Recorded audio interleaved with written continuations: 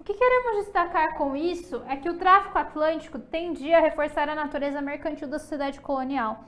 Apesar das intenções aristocráticas da nobreza da terra, as fortunas senhoriais podiam ser feitas e desfeitas facilmente.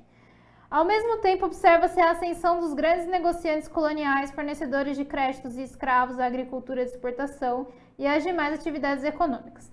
Na Bahia, desde o final do século XVII, e no Rio de Janeiro, desde pelo menos o início do século XVIII, o tráfico atlântico de escravos passou a ser controlado pelas comunidades mercantis locais. O texto ressalta o quê? Que existiam na colônia comerciantes de escravos que agiam sem regulamentação da coroa. Isso era como se fosse um tráfico interno paralelo. E eles formavam, dentro da sociedade colonial, eles tinham uma certa autonomia mercantil até em frente à coroa. Então, ele está dizendo que essa natureza mercantil da cidade colonial, ela foi muito valorizada tanto com o processo do escravo e por conta do mercantilismo mesmo, tá? Então, você tem a ascensão desses negociantes coloniais, essa nova camada que surge, mas é lógico que é uma camada bem restrita em relação a toda a sociedade.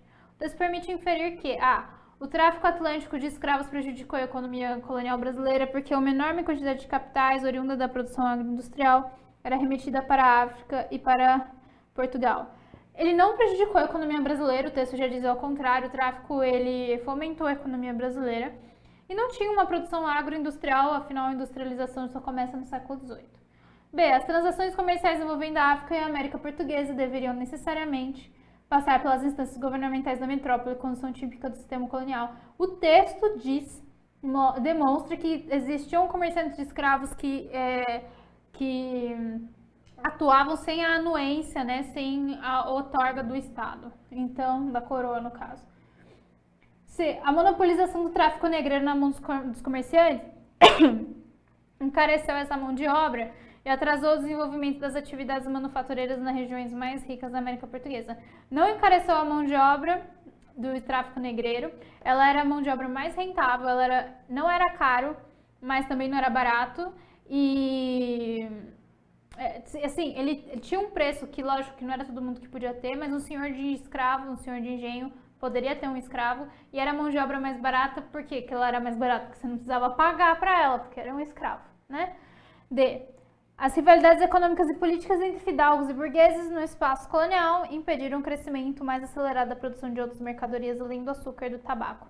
Você não tinha essa rivalidade econômica que impediu o crescimento mais acelerado na produção de outras mercadorias. O açúcar ele foi uma mercadoria que foi muito bem desenvolvida no processo colonial, tá? Então só sobrou a E. Nem todos os fluxos econômicos durante o processo da colonização portuguesa na América eram controlados pela coroa portuguesa, revelando uma certa autonomia das elites coloniais em relação à burguesia metropolitana. Sim. Então a E está correta. Você tinha uma certa autonomia. Você também, se a gente for pensar na questão do controle, como que você vai fiscalizar e controlar todas as ações ocorridas dentro da colônia, sendo que só a colônia brasileira por si só já era muito maior que Portugal. Então você não tem como a possibilidade de uma fiscalização profícua em todos os espaços.